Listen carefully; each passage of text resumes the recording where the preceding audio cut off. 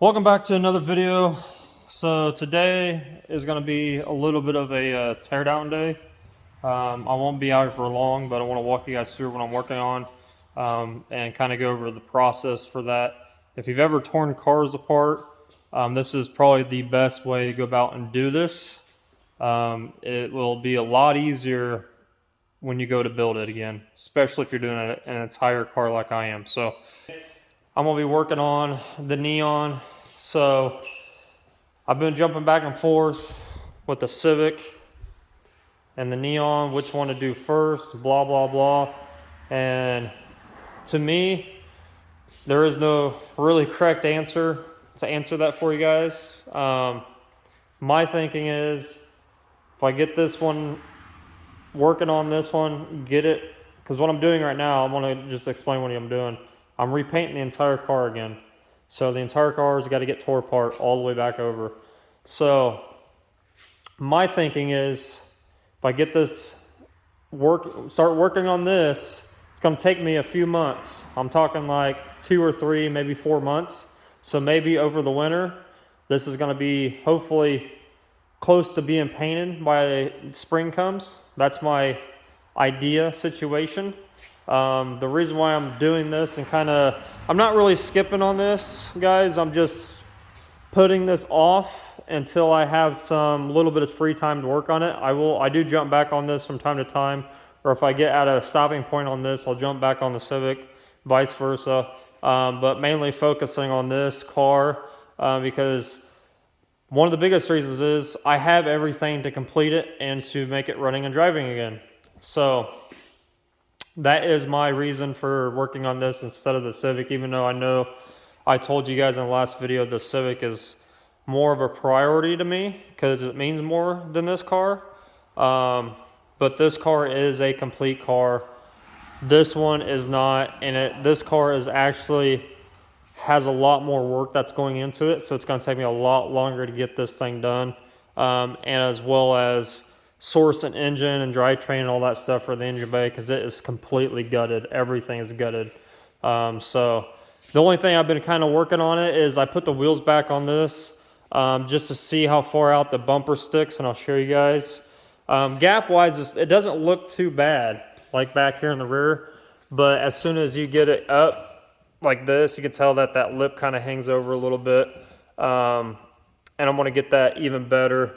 But the gap as far as along this way goes, it isn't that bad. Usually they're really wavy right there and they don't line up at all. But you can just see what I'm talking about is these rear bumpers, they just flare out so much.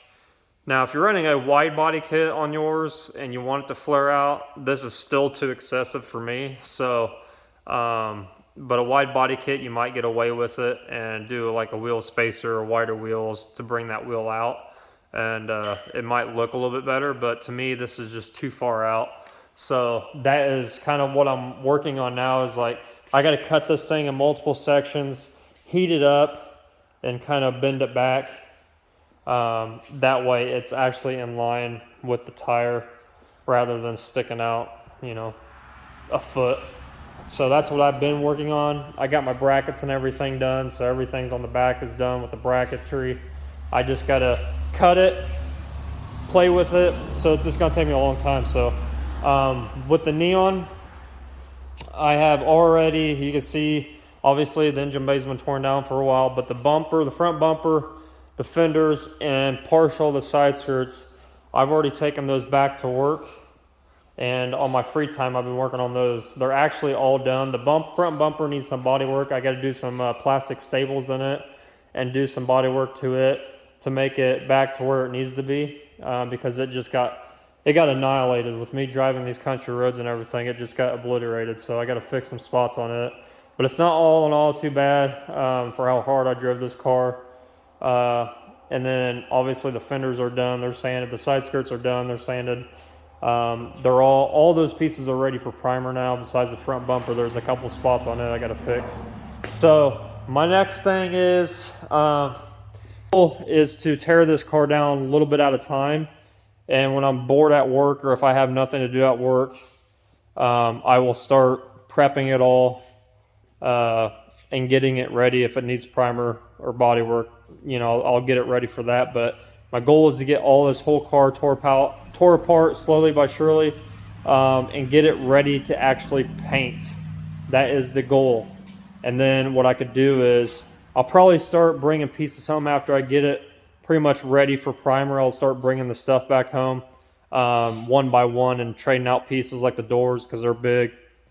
I can only take like 1 or 2 doors at a time, so I can't take everything at once. That's why I'm doing it slowly but surely, one by one, and I can actually focus on that one piece.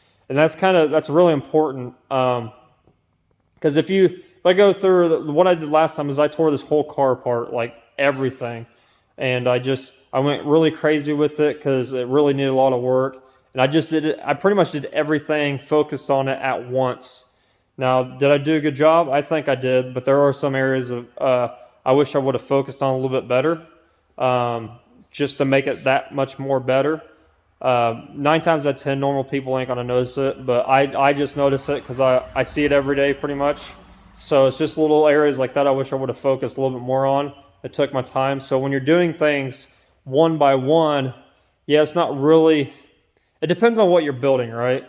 It isn't really ideal situation to do it one by one, like a panel one by one, or by twos. But if you're doing something like this where you're just sanding it down and getting as straight as possible, ready for the next paint job or primer or whatever, and then you can put it all back together by the time you're done with it, and then final block it and all that stuff before you paint it and take it back apart.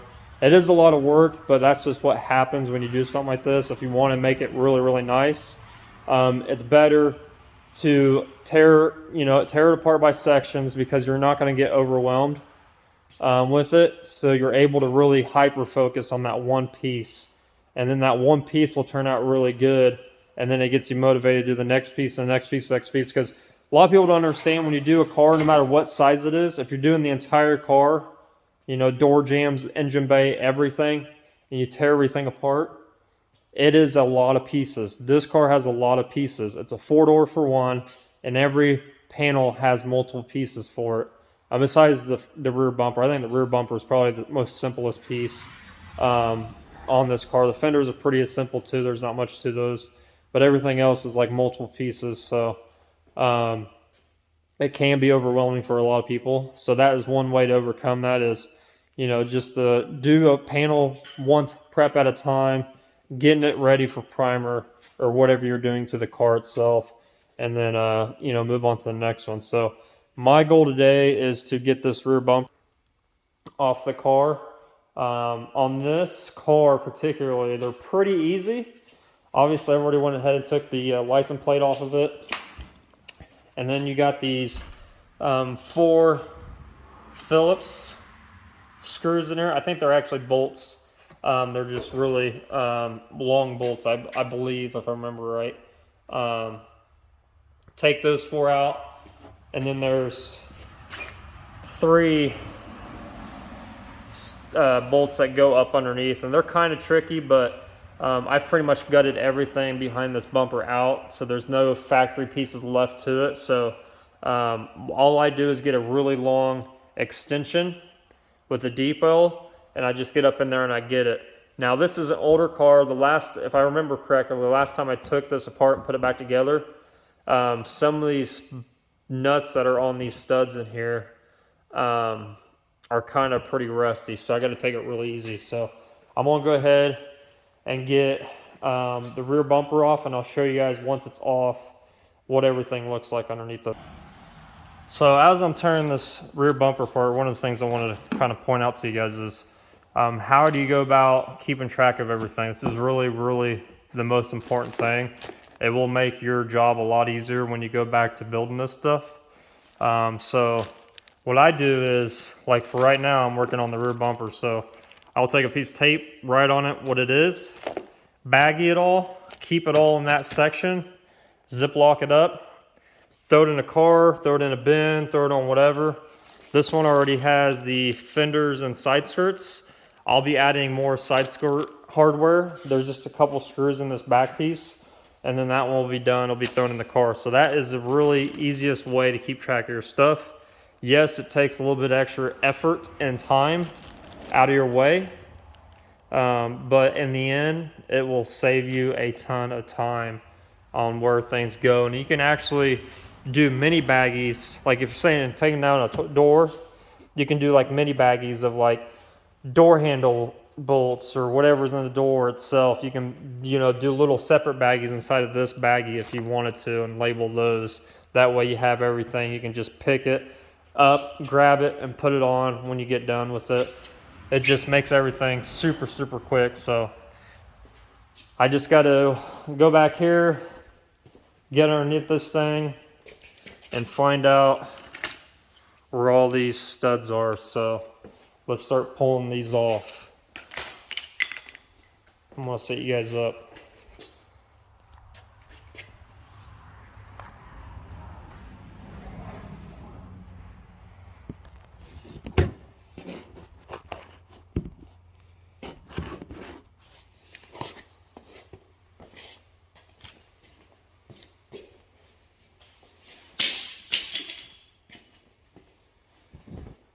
These shipping blankets are really, really nice too. If you don't have a lift like I don't, you don't want to sit on a dirty ground or dusty ground, these make it really, really simple and easy.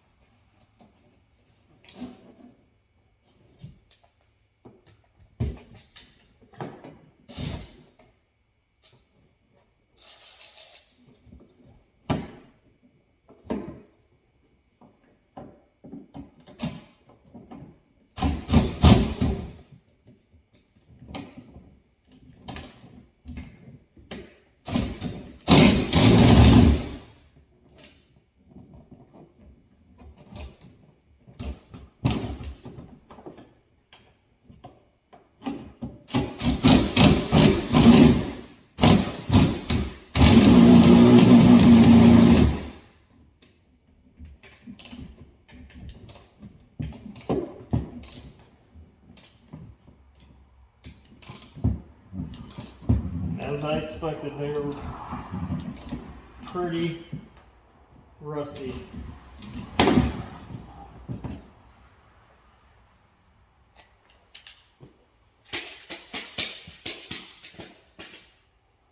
This is what I'm talking about. They're so rusty, it broke the stud off.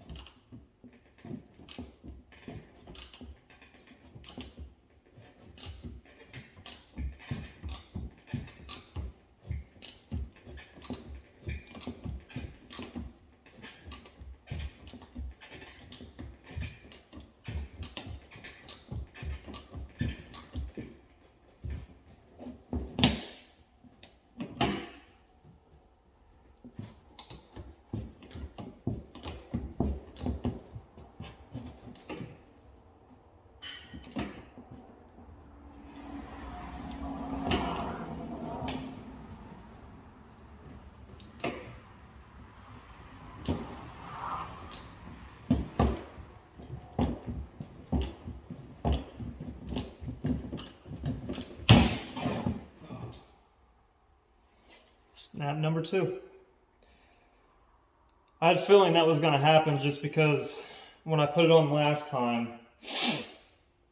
they were really pretty tough to get on. So this is a really older car, and that's just what happens. Unfortunately, that's just the way it goes.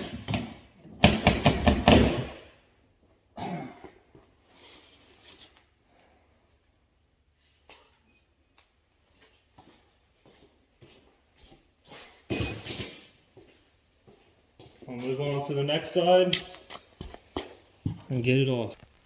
Alright, so let's look at the damage that we did. So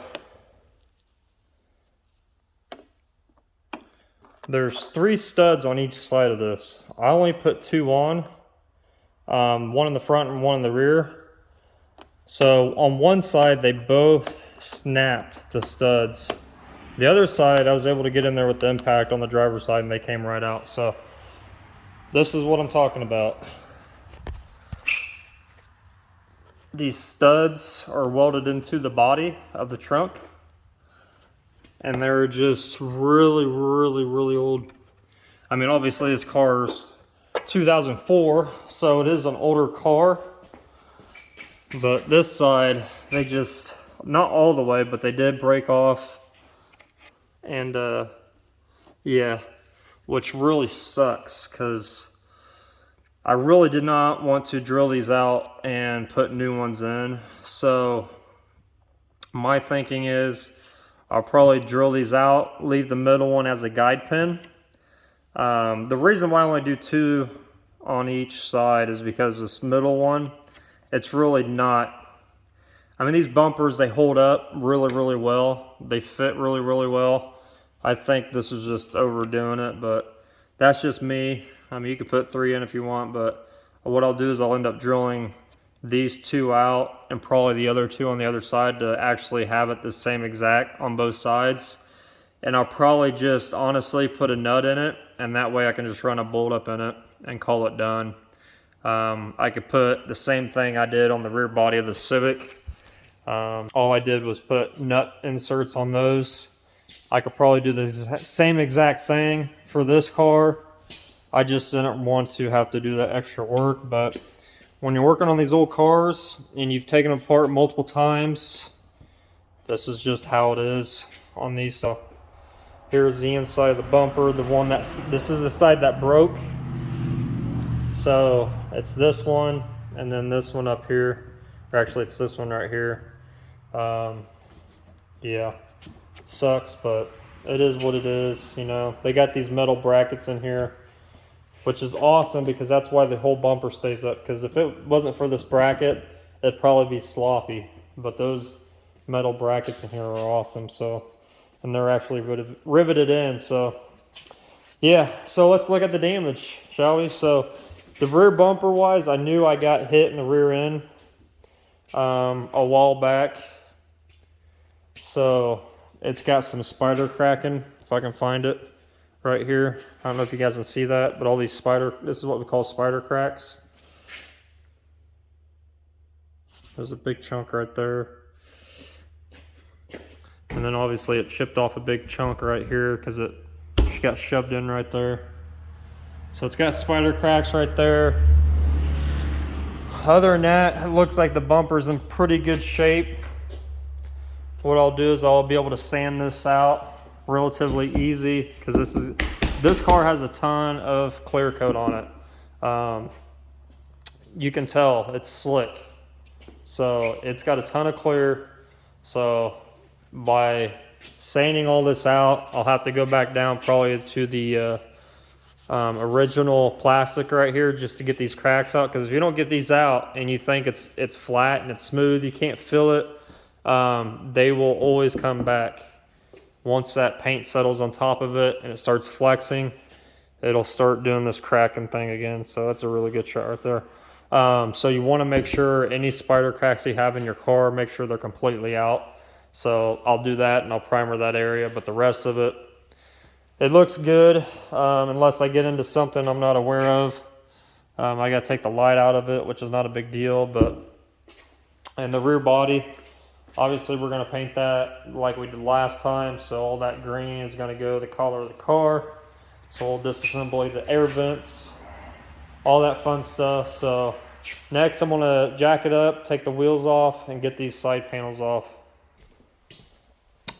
So both of them are off. Looks pretty good. The clips are all there. They all came out, which is awesome. Always hate prying clips and stuff from the panels of the car themselves. All these clips I will end up replacing. Can't really just put a normal plug back in it. You could try it, but they take these special Dodge side molding clips. But all in all, everything looks good. Nothing's really damaged. When you're going to pull parts off cars and bag them, make sure you grab the hardware. So any J-clips, fasteners, nuts, bolts, anything that's actually bolted to the car, go ahead and grab those off and throw them in the bag as well. I'll be replacing pretty much all the hardware that was on this car for all the bolts and nuts, just because they're really rusted, really bad. So both of those are off now. The car looks kind of naked. Looks like a more factory neon, if you ask me. But all in all, yeah, everything looks good. Nothing really too concerning. Got something right there, like a little dent or something. I don't know what that is, but we'll figure that out once we get to the car portion. But everything underneath of here is really nice because obviously I painted it already. So same thing with inside the door jambs, all that. So the next thing I want to do is I want to start taking these body moldings off. These are just two-side taped on. So on these cars, these SRT4s, they come with these panels to fill out the rest of the body kit, the bumpers and stuff that they changed. But these things are pretty fragile. The last time I tore this car apart, I snapped one right in half. I had to repair it, and I can't honestly remember which one I repaired. So the best bet on these is to heat these up, get them soft, and then get like a putty knife and just scrape it off. So I'm gonna go ahead and do that. Since I've got these off, I mean, these don't take any time to prep. They're pretty simple pieces to prep. And that's another thing I want to talk about. How crazy I'm getting with sanding this stuff. Since it's already been painted, right? I wouldn't say the body's perfect. Obviously the front bumper and the front end parts for the most part. The hood not, because it's carbon, but I took pretty good care of the carbon, though I drove the crap out of it. But the front bumper did take most of the hits. And also about a year and a half after I painted it this color, I got ran off into the ditch. So it really messed some of the things up that I wish it never did. But like some of the pinch welds are just crushed. So I got to try to repair those before I go ahead and paint it again. Get them as straight as I possibly can, but they're pretty crumpled, which kind of sucks. But no rust or anything. They're bent over and they look like crap. But so that really sucked when I got ran off the road, because it did damage some things I did not want to damage, and like rock chips, things like that. Obviously what I'm doing is I'm essentially just blocking down all the bad stuff as flat as I possibly can, and then I'm blocking each of these panels one by one, long blocking them with 220 grit sandpaper. The reason why I'm doing that is, and not something like 150 or anything more grit than that, is because when I get done blocking this stuff, I'm going to go 220, 320, and then 320 on a DA. If you know anything about painting, you know that you can seal over 320 grit sand scratches. 220, probably not. Don't push it. But as long as you finish your 320 sand scratches out on a DA, it will fill out with sealer, and then you put your base on and you're clear. You won't have any issues as long as you do it right. This car has a lot of material on it, as such as clear. It doesn't really have that much paint on it, but it does have a lot of clear on it. So I am breaking this car down as far as I can go without going back down to the factory paint or anything underneath what I have on here. Also, I mean, obviously, I want to go as far as down. So, like when I did the fenders and when I did the bumpers, I pretty much got rid of all of the clear coat on that and down to the base because how thick it is. I don't want to add more paint on top of it. I want to get most of that material off. So when I get done sanding them and get done prepping everything and primer and all that, you should almost have most of the green paint and the graphics. They should be almost gone. The fenders, they were in pretty good shape. They had a couple rock chips in them, so I didn't go too gnarly on them because there's not really much graphics on those. But everything else, like the doors and the side skirts, I pretty much knocked all that crap off. Got it as far down as possible. I'm essentially using this green paint job and the graphics on here as my primer base. So I'm blocking it all 220 and I'll work my way up to 320 and getting as flat as I possibly can without having to re-primer the entire panel because I'm not primering the entire car again. I'm just spot priming everything and I'll block it back down and then we'll seal it and we'll paint it.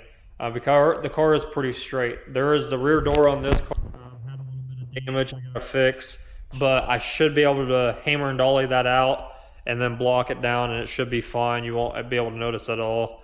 You can't even really notice it now. You can see the line in it from the wreck though, right here. You can see that, but if I can hammer and dolly that out flat, the rest of it, I mean there is some right here, but as far as the rest of it, I should be able to just hammer and dolly it and block it down and be done. Because it did not, the important part is that the panel to the quarter did not get damaged at all. So that's just what I'm doing.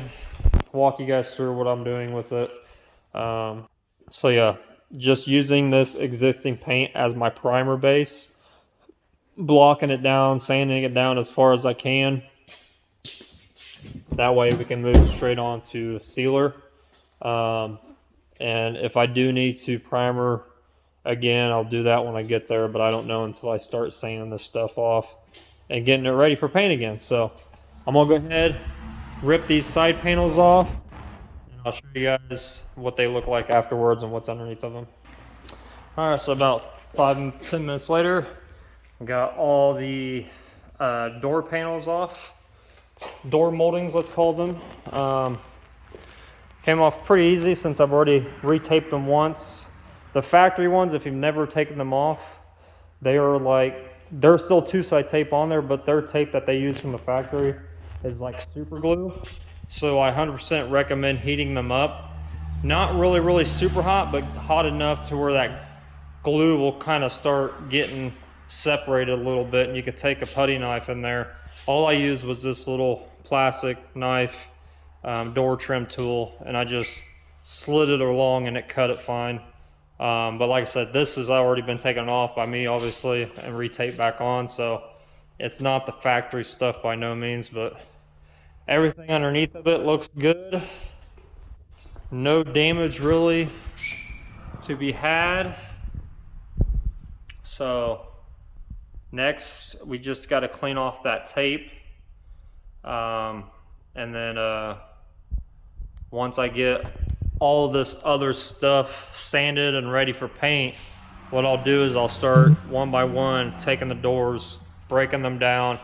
The way I like to do that stuff, obviously, if you've watched my channel for a long time, I take everything 100% completely apart.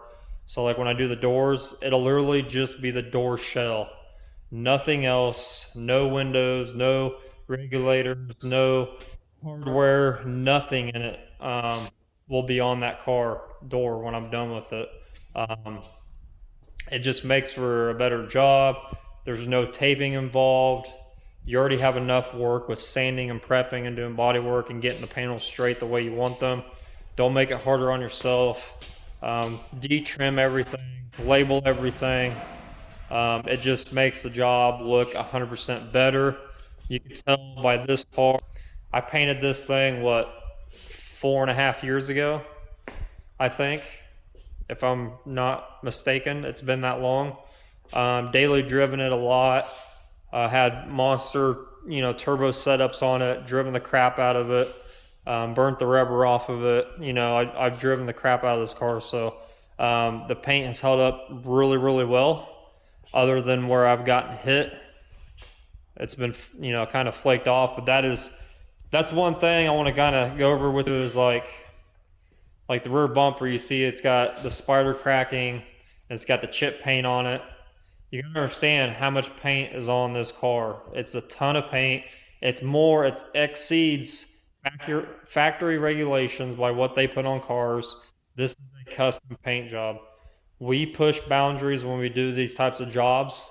Obviously, we're not doing it on purpose. We were just trying to get it as flat as possible, graphics, panels, all that stuff.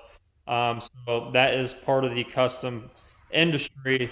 That one of the things that we do to get panels and to bury lines and all that other stuff is that we bury our stuff in clear. We pretty much, the saying is that we put it on just to sand it off. And that is 100% true. So if you do take an impact, somebody hits you, a rock hits you, and it chips or it cracks or whatever it does, expect it. It's just the way it is.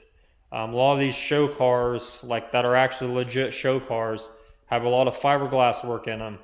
If they get hit, something hits something, that if they're in a trailer and they get hit, and then the trailer gets hit, obviously it's going to affect it. It's going to crack that fiberglass. It's going to crack the paint. It's going to crack everything that's in that. Vibrations going down the road. A lot of these cars, they don't drive them on the road for a reason, because the vibrations will actually crack, all the panels that they molded or fiberglass or welded on there.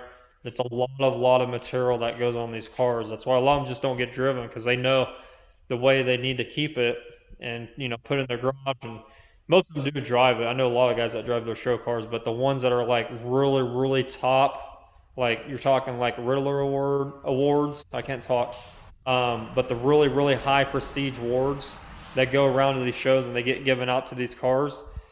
Those cars do not get driven. I mean, they might get driven to the trailer inside the building, but other than that, these cars do not get driven. So, if you're going to daily drive your stuff or drive it a lot, just understand, you got to understand that if you have a custom paint job on your car, not saying that it will, I'm just saying like when you do stuff and you go, above what it is actually needs to be, to get it to where you want it, you do have, issues that can happen down the road if you don't take care of it. So it's nothing on the paint.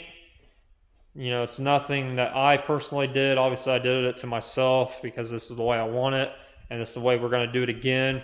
It's going to be 10 times better because we already have a straight panel right here, or a straight car right here. So it is going to be super, super slick when it gets done. I'm really excited, but I want to show you guys just what I mean by like, we put material on just to shave it off.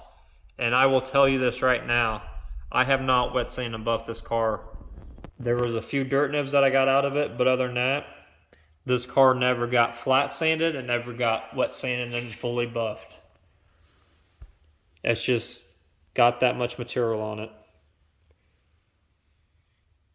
So you can't feel any of the lines. They don't catch in the light. When you see the light, they're all super, super flat. And that's what you want when you're doing this type of stuff. You don't want to be able to fill the lines. You don't want to be able to have the light bouncing off of it. It shows the ripple where the graphics are. You want them to be 100% slick. Can't feel it. When the light goes over it, it stays flat. You see it right there? It's completely flat all the way through it. And that is what you want. So it just takes a lot more time and effort, but the end result is more than worth it. So I'm going to leave you guys there. It's been too long already of a video.